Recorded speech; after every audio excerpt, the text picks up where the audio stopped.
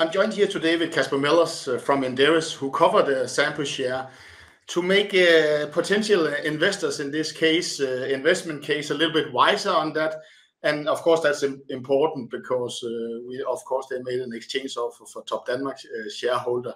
And as it is an exchange offer, then one part of the decision-making process, whether you should accept that, is of course what are the investment case of the company you are going to exchange to. So you will help us to get a little bit wise on that. But I would like to start with the introduction. This is a share exchange offer. Last time we had that was Novozymes Christian Hansen. What actually happened there was that there was a big premium to Christian Hansen's shareholder, but because it was very large premium, the Novozymes share fell, and of course dragging down then the offers to the Christian Hansen shareholders. But that hasn't happened here. So let's dig a little bit into that. But I think the premium was around 30%, depending on what date you use. What are the multiples Top Denmark shareholders are offered, and how do that compare to the industry multiple? Oh, yeah, thanks, Michael. You're absolutely right that the premium was around 30%, depending on the calculation. This means roughly PE ratio of fairly above 20 if you just look at the current valuation, the current earnings prospects of Top Denmark. And if you take into consideration the potential synergies that the management of Sampo sees, then the PE ratio drops to around 13. If you look at frame this in a bigger picture, usually the Nordic P&C insurers trade around 16 to 18. So, of course, there are if the synergies go through, there are a lot of potential for value creation to Sampo shareholders, and of course, this offer is very lucrative to Top Denmark's owners as well, since the premium includes a lot of the synergies in advance. Yeah, and that was why this didn't happen. The Sampo share didn't fall on this offer. Almost all the premiums were calculated into the Top Denmark share, and I saw that if I remember correctly, you also didn't actually change much to your estimates on Sampo, and sometimes when someone is an acquirer and pays a premium, then the analyst actually takes it down. So how was that? Is that because simply at the multiple is okay, it's above industry for the Top Denmark shareholders, but if you include the synergies and the cost for getting those synergies, then it's actually maybe a little bit under the multiple. Was that the main reason why you didn't do much to your Sampo? Yes, you're absolutely right. That was the reason, because the 13x PE ratio is very low when taking into consideration the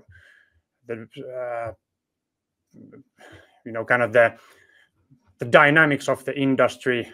The growth potential is obviously quite moderate, but the risks are low and the return on investment is quite high. So if you take into consideration that the risks are relatively low, then the PE ratio of 13x is not very much. Of course, when you take a bigger picture compared to Sampo's large size, especially if it's not that significant, so it doesn't change the valuation that much. But of course, because of these things, I saw that this potentially possibly creates value, but the effect on the share price is quite low. But upwards, definitely, in my point of view. And then maybe another important part is that insurance is very often valued at how much they can distribute. And that actually, because it's a share exchange offer, as I understand, also didn't change the potential for distribution in the future for Sampo. Was that also a part of the reason why you didn't change much to the case? So you talk about insurance product distribution, right? Yeah, the distribution of cash, to the shareholders. Yeah. That potential future didn't actually change much. Normally, when you acquire something, it damages your balance sheet, so you have to stop the distribution to shareholders. But that is not the case here in this one. Is that correct? Yeah, that is correct. if Sampo had did this with cash, that would have hurt the solvency capital ratios and hurt the distribution of capital potential. But when the offer was done this way, via share exchange, it didn't hurt the balance sheet. So the dividend prospects, for example, are intact after the transaction, should this go through. And then, of course, we now see it is always the case in an M&A transaction. But the synergies is a big part of the case. It's what gives the premium to Denmark shareholders, and it's what gives it also a good deal for Sampo. How has market seen these? Do they believe in the synergies, and how are you viewpoint? Are they realistic that they can realize those over time? I think the market sees the potential as well, since as you said before, Sampo's share actually went a little bit up since the transaction was reported or published. I think as well that the synergy potential of 95 million euros, it's quite plausible. There are two things to consider. First, the current management's say-to-do ratio is quite high. So when they're told they're going to do something, when they've set targets, that's something they've accomplished as well. One example, Sampo acquired Hastings in the UK, and in the last quarterly report, the management told that they have actually got all the targeted synergies from that transaction, plus they believe that they're going to get additional synergies in the upcoming years. So that's obviously one thing to consider, that the management know what they're doing. Then again, Top Denmark is a very well-known company to Sampo, since they've already owned around 50% of the company. They have a long history together, so they definitely know what they're getting into. So that also, in my opinion, raises the probability that the 95 million euros synergies from costs and sales synergies as well, they're going to be achieved. I think so. Yeah. And then let's look a little bit about the investment case. I will start very short term, and of course this is a longer term. But looking a little bit about the Q2 report, I think when we saw the Danish insurance players, it was decent. It was a little bit mixed result. They were hit by large claims. So how was the Q2 report from Sampo? Of course, Sampo was also affected by the large claims in Denmark as well, since it already operates in Denmark. So the quarter was rough in Denmark, but the other markets, Sweden, Finland, for example, performed quite well. That's one of the key things that when you want to be a big insurance company in the Nordics, you have different markets, kind of different weather in the quarter. So that kind of offsets, for example, if you have rough quarter in Denmark, then it could be offset by a better performance in Finland, which results in somewhat stable margins. So that's obviously one thing. And when we look at the Q2, there wasn't any significant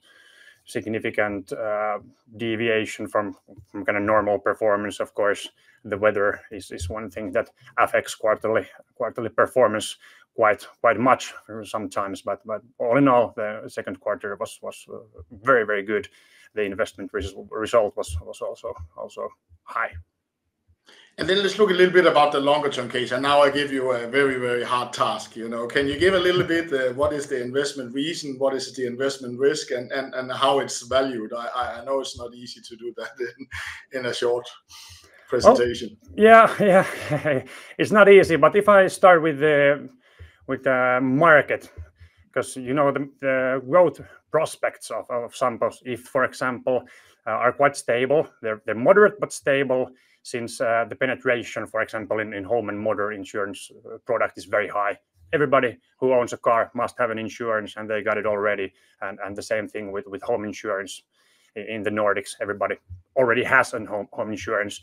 So not much growth prospects there in the market level. Of course, then Sampo is trying to get that growth in for example, personal insurance product, health insurance, and small and mid-sized enterprise insurance product, which are currently not the biggest product areas in Sampo's business. And this, of course, is a result of all the digitalization that Sampo's or If has gone through, since before you haven't been able to serve the small clients in small business corporate clients, because you have to have sales personnel, you have to have someone to look at the claims. But through digitalization, it's much easier to do profitably through, for example, digital sales channels, etc. So stable growth prospects, but still somewhat moderate in the Nordics. Then of course, Sampo owns a subsidiary in the UK called Hastings, which is focused on motor and home insurance products. The difference, kind of bit different business model, since it's completely digital. In UK, most of these products are sold and distributed to kind of through these comparison websites where everybody can just set what kind of vehicle they're driving, and the service shows all the prices of all the listed companies, all the listed insurance product, which is a bit different than here in the Nordics. But the good thing is that the Hastings they're very, very small, so there's a lot of growth potential, which we've seen in a couple of last years when the growth in UK has been very, very high. And of course, the Hastings business model is very, very efficient, since it's only based on digital sales. But if we then look at back the market in the Nordics, which of course is the key market for Sampo and top-down market as well, the dynamics are quite attractive, since these companies, large companies, benefit from scale and pricing power, which also results in high profitability and return on equity, which of course from the investor side are the key metrics to look at. And Sampo is very well positioned for further digitalization of the industry, which is a very, very, very large theme when look at the insurance companies. So I'd say in general, If and Sampo overall has stable growth prospects, high profitability, and in a very stable and in a very stable market, and the company also have competitive advantages due to its large scale and good pricing power towards its customers.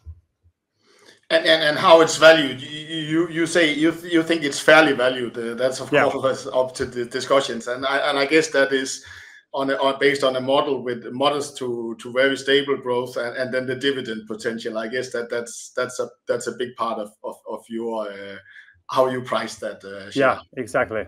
Yeah, mainly we look at the dividend discount model, which is our primary valuation method. As you said, we expect moderate growth in the future. But of course, one thing that drives up the valuation is that Sampo can pay almost all of its net profit to its shareholders via buybacks or dividends, which is obviously a good thing because the investment needs are rather low. Of course, something has to be invested in the digitalization, but all in all, the payout ratio is quite high. And of course, the risks are somewhat moderate, which results in quite low required return, which also drives up the valuation and drives up the valuation multiples. But taking this all under consideration, I'd say that the stock is quite fairly priced. So that doesn't mean it's too expensive, but compared, if you look at the required rate and the expected return, they're somewhat in line with each other, which means that in Inderes's recommendation policy, it's reduced, even though which say that the company is rightly priced. Yeah, and I think that's not uncommon for insurance, right? They are stable businesses, and we know kind of how that is. So I think that's actually very normal that the market are hitting very close to the analyst targets on those. And then finally, I know a big part of why insurance is sold is the distribution. What around is the dividend yield? Just so you know, that I think a lot of the top Denmark shareholders is probably hold that share because of the distribution and the dividend yield. So around what is the dividend yield in Sampo? Currently, Sampo's dividend yield is somewhere around 5%. 5%. And do that include dividend or also share buybacks, or how? Only dividend. Is it around euro? I think, what do they have targets? 4.5 billion euro or something like that to distribute over the coming years. Is that the target? And is that how it's calculated, the 5%? No, it only includes the kind of basic dividend, which they want to pay at least 70% of their operating income, and then the buybacks come as an excess to that. So actually, the payout ratio is much higher, and if you take in the calculation, the buybacks, the figure is somewhat higher than 5%. Kasper, thank you a lot for taking us through the investment case. Of course, it's hard to do that in a short interview, and we also on our website we have your reports actually translated to Danish. So if you want a deeper insight and a little bit a dig deeper into that, then you can watch that on our website. But thank you, Kasper, for taking us through the case. Thanks for having me.